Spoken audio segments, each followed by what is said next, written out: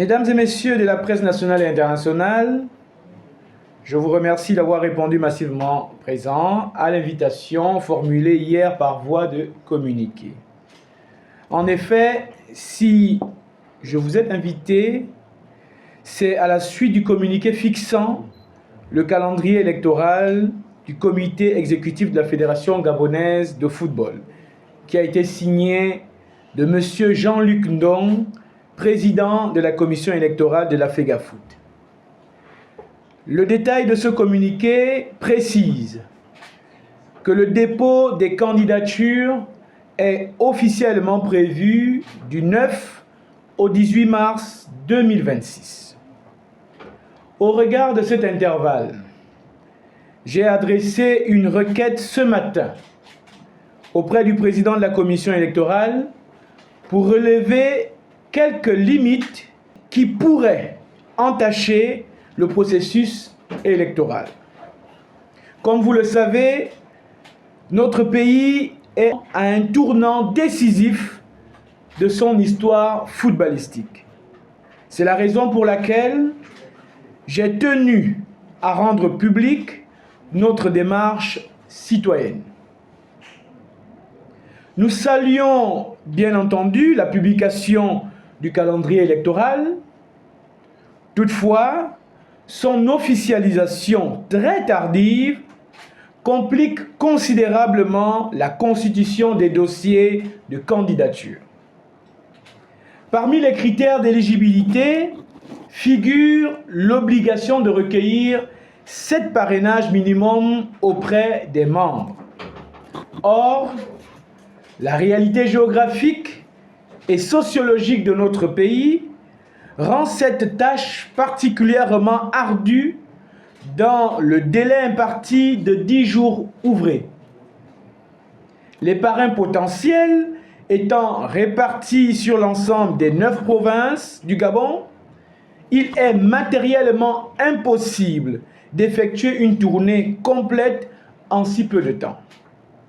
Aussi, il convient de prendre en compte non seulement les temps de transport et les escales techniques, mais surtout le temps nécessaire pour échanger, dialoguer et convaincre chaque parrain, étape indispensable d'un processus démocratique sain et respectueux des institutions. Nos acteurs du football méritent du respect, et cela passe par le temps que nous devons leur accorder pour voir ensemble la nouvelle vision que nous voulons donner à notre football. C'est en tout cas l'engagement que j'ai pris depuis l'annonce de ma candidature le 10 novembre 2025. Cette difficulté est aggravée par la faible structuration de notre fédération. Je l'ai longtemps précisé lors de mes podcasts Comprendre pour agir, la problématique de la structuration de notre fédération. Conformément à l'article 12 de ces statuts, les informations relatives aux membres sont accessibles au public sur le site internet de la FEGAFOOT. Malheureusement, j'invite chaque Gabonais à consulter le site internet de la FEGAFOOT, qui est www.fegafoot.ga, et à constater l'obsolescence de cette plateforme de communication statutaire. Par exemple, les principaux onglets du site donnent accès à des pages en construction. Il n'y a pas d'ombre d'une liste de membres. Le site internet affiche encore un ancien équipementier de la CAN 2021 au Cameroun et un intitulé du ministère en charge des sports de la 4e République. Autant d'éléments qui bloquent la constitution des dossiers dans les délais impartis. Par conséquent, cette situation rend difficile l'identification avec certitude des membres habilités à parrainer.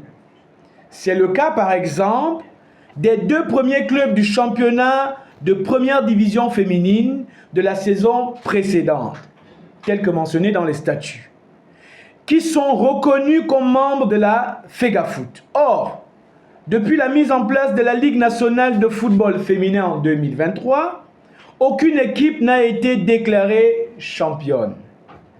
Encore plus grave, aucun championnat de première division féminine n'a été organisé depuis plus de 2 ans. Dans cette situation, comment identifier les clubs féminins concernés par le processus d'octroi de parrainage? Lorsque nous savons, bien malheureusement, que les équipes ou les sections féminines membres de la LINAFEM n'existent quasiment plus. De façon générale, nous constatons un manque de clarté concernant les standards de parrainage, formulaire type, modalité de vérification, ce qui crée une insécurité juridique dans la constitution des dossiers. Afin de garantir l'égalité des chances entre tous les candidats et de permettre à chacun de présenter un dossier conforme au statut, nous invitons la commission électorale de la FEGAFOOT, conduite par M. Jean-Luc Ndong, son président, à communiquer en urgence la liste officielle des membres du Congrès, afin de permettre aux candidats d'identifier clairement les parrains potentiels. À prolonger le délai de dépôt de candidature d'une durée suffisante, 25 jours ouvrés minimum, à compter de la date de publication de la liste des membres du Congrès pour permettre une campagne de parrainage effective sur l'ensemble du territoire national. Enfin, publier les standards de parrainage, modèles de formulaire et procédures de validation pour éviter tout rejet de dossier pour des raisons techniques. Persuadé que la commission électorale de la Fédération gabonaise de football, en tant que garante de la régularité et de la transparence du scrutin, saura entendre ces arguments légitimes afin de nous éviter les mauvaises pratiques de la 4e République et de nous engager inéluctablement dans la transformation positive et l'essor vers la félicité attendue par l'ensemble des Gabonais, j'invite la presse à relayer ces aspects fondamentaux du processus. Il ne s'agit pas des griefs propres à la candidature du docteur Axel Ngemaedou, quand bien même vous savez que depuis le 10 novembre, j'ai commencé une tournée nationale. Il s'agit plutôt de rendre équitable le processus. Il s'agit plutôt des critiques constructives qui vont garantir la crédibilité de notre fédération. Je vous remercie.